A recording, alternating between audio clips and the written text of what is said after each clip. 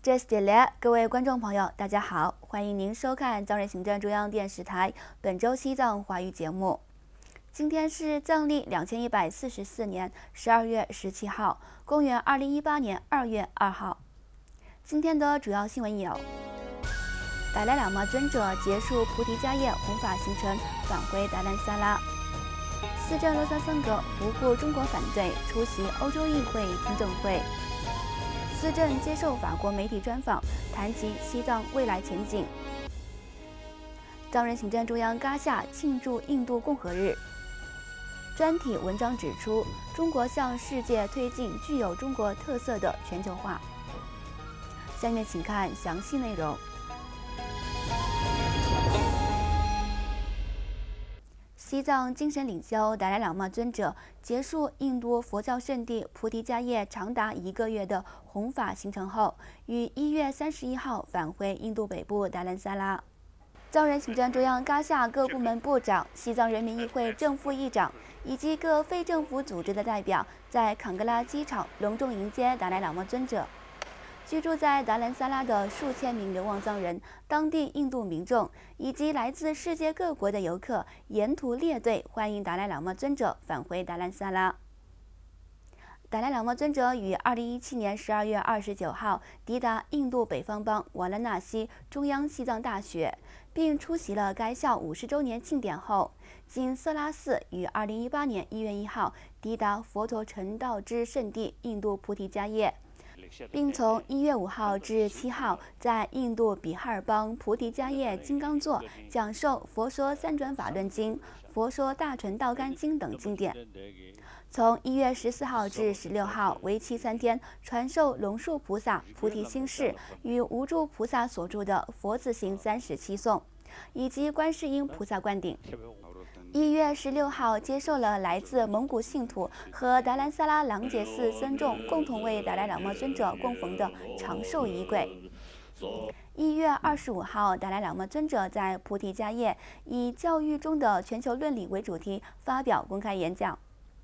当天，达赖喇嘛尊者还在菩提迦叶为泰国巴拉特佛教协会在摩诃菩提寺附近新近落成的沃特帕菩提迦叶寺进行了开光节目。在寺院开幕式上，尊者向泰国信众表示：“你们是佛教巴利传承的追随者，是佛陀高等的门徒。历史上，巴利传承源于佛陀初传法论史。”因此，巴利传承的追随者成为了佛陀最高等的门徒。尊者还指出，西藏和泰国的佛教徒应该经常进行对话和交流，以对佛教做出更大的贡献。因为一些佛教教义只能在巴利语和梵语中才能找到。因此，我们应该共同从事研究和交流经验，加强我们之间紧密关系，共同努力使佛教在21世纪更加利益众生。达赖喇嘛尊者在结束对印度菩提迦叶的一系列弘法活动后，于本月28号抵达新德里进行例行体检。1月31号，尊者从新德里启程返回了印度北部的达兰萨拉。此外，藏人行政中央司镇罗萨桑格于1月24号在比利时访问期间，不顾中国政府的反对，参加了欧洲议会人权小组委员会举行的听证会，并会见了欧洲议会支持西藏小组成员。司镇在听证会开始前，向欧洲议会支持西藏小组主席和成员颁发了奖章，并为该小组在西藏问题上长期给予支持与关注，以及该小组在欧洲议会会议期间对扎西维瑟案通过紧急决议表达了谢意。司镇在听证会上表示，欧洲议会最近通过的紧急决议向中国传递了一个讯息，那就是欧洲议会所关注的是西藏人权问题和对西藏境内数百名藏人自焚者表达哀悼，以及对维护人权和西藏环境问题的关切。司镇还强调，西藏境内的藏人在自己的国土上成为少数民族，以及对西藏的传统文化等方面进行歧视，并剥夺了在中华人民共和国宪法所赋予的基本权利。司政还在听证会上介绍了中共对西藏的宗教、语言和政治上进行严厉控制，对拉荣五明佛学院和亚青佛学院的拆毁，对藏语维权人士的判刑，以及谈到为何151名藏人采取自焚抗议等。欧洲议会支持西藏小组主席安东尼奥·潘泽里表示，在西藏问题上将不断地支持和关注，特别是在人权、文化、宗教信仰和保护环境等方面，将会视为首要问题而做出努力。欧洲议会人权小组委员会副主席拉斯洛·特拉斯也表示，将会呼吁各界人士支持西藏，努力实现真正的西藏自治。还表示，欧洲议会将会加大关注对西藏的人权与藏语文的保护力度。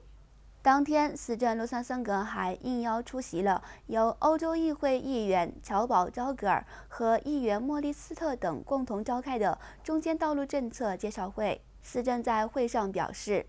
藏人行政中央坚持的中间道路政策是唯一通过和平对话解决西藏问题的最佳方法。西藏问题在日益恶化，局势变得越来越糟糕，所以解决长期以来的西藏问题，只能通过中间道路政策，以和平对话来解决这一问题。司政还强调，中间道路政策得到了美国政府的认同和支持，欧洲议会也应该加大中间道路的支持力度，推动展开藏中和谈。此外，司政洛萨桑格在欧洲3国的第2站法国展开参访行程时，接受了法国24电台的专访。司政在专访中针对中国日益增长的经济和外交影响力，以及对西藏的未来前景等方面做出了回应。由法国政治专家马克·佩雷尔主持的法国24电台专访节目中，司政洛萨桑格对中国日益增长的经济和军事力量提出了他的看法。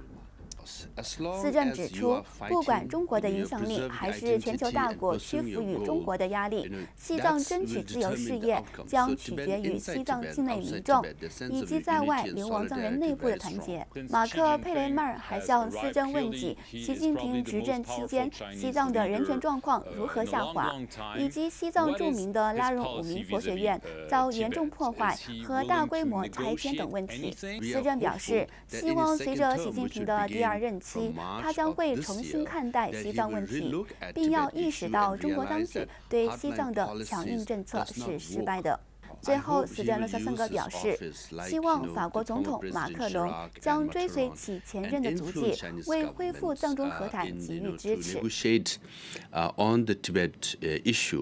与此同时，司政洛萨桑格于1月25号会见了法国国会上下2院的多位议员。司政在当天的会晤中，向议员们介绍了当前西藏境内的恶劣人权状况和中共当局严重破坏和拆毁西藏著名的佛学中心拉荣五明佛学院和亚青佛学院的情况。司政敦促与会的上述议员继续支持1988年在欧洲议会上提出的斯特拉斯堡提案和支持西藏的自由斗争事业，并指出法国是中间道路之源头。因此，司政呼吁法国像美国一样公开支持由达赖喇嘛尊者提倡、藏人行政中央所秉持的以汉藏互利为基础的中间道路政策。此外，本月27号，司政洛萨桑格在法国巴黎会见当地藏人社区的民众，呼吁藏人要维护西藏传统宗教文化和藏人身份，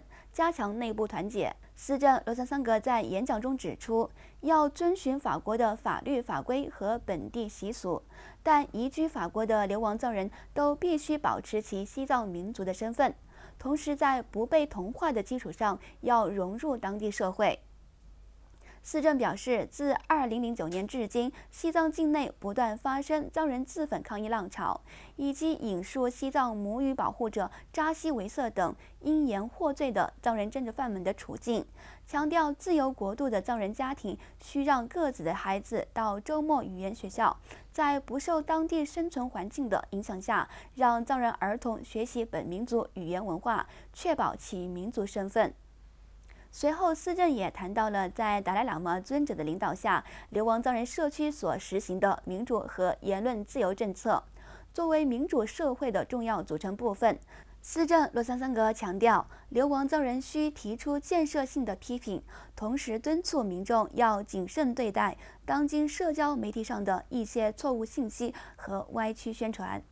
另外，上周五1月26号，印度第69个共和日当天，藏人行政中央嘎夏庆祝了印度共和日。藏人行政中央宗教与文化部长、司政代理人嘎玛格列为主的嘎夏各部门部长，在达兰萨拉嘎夏办公楼前举行升旗仪式，庆祝了印度第69个共和日。在升旗仪式完毕后，司政代理人向媒体记者表示，在这个吉祥的时刻，我代表藏人行政中央和所有藏人向印度政府和人民表示祝贺。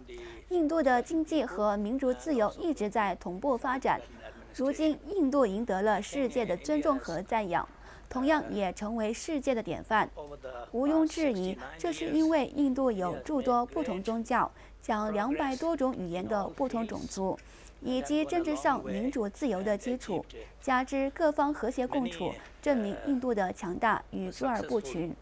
司政代理人嘎玛格列还表示，69年来，印度在各个领域取得了极大进步和成功。我们相信，未来印度也会不断前进，最终将会成为举世瞩目的世界大国。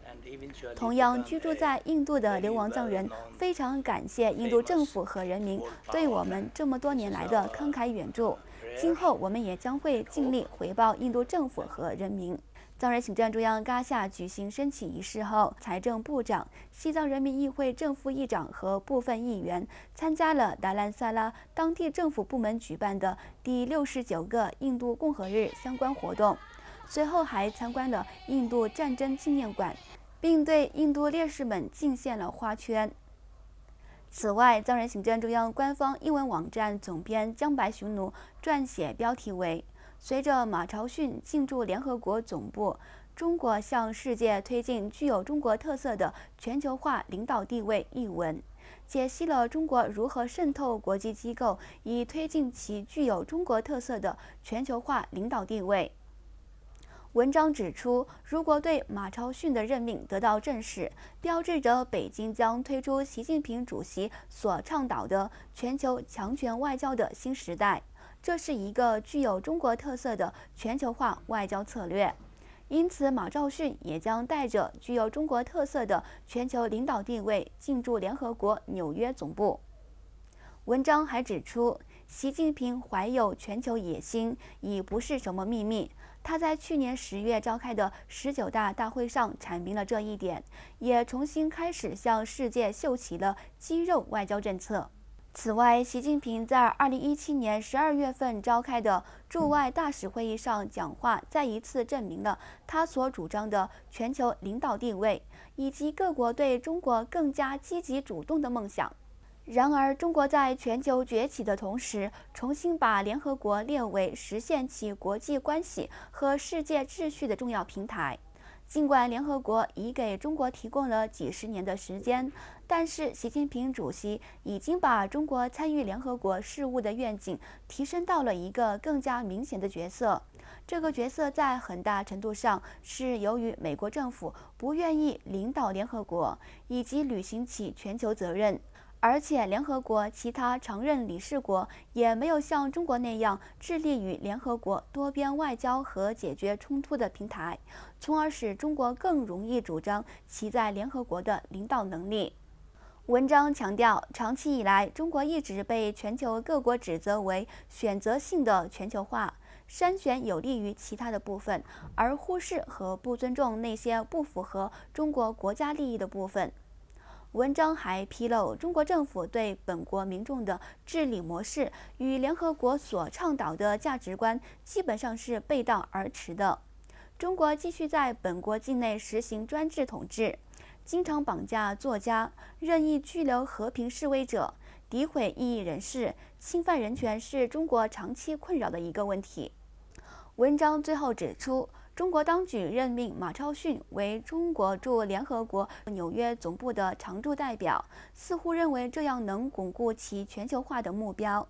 但是，中国能否设法弥合联合国自由主义意识形态与自身压抑之间的差距，还有待观察。中国政府越早填补这一空白，中国的全球领导地位与和平崛起就越容易实现，否则它将永远被视为主宰世界的黑暗之手。观众朋友，在人行政中央电视台本周西藏华语节目就到此结束了，感谢您的收看，我们下期同一时间再会。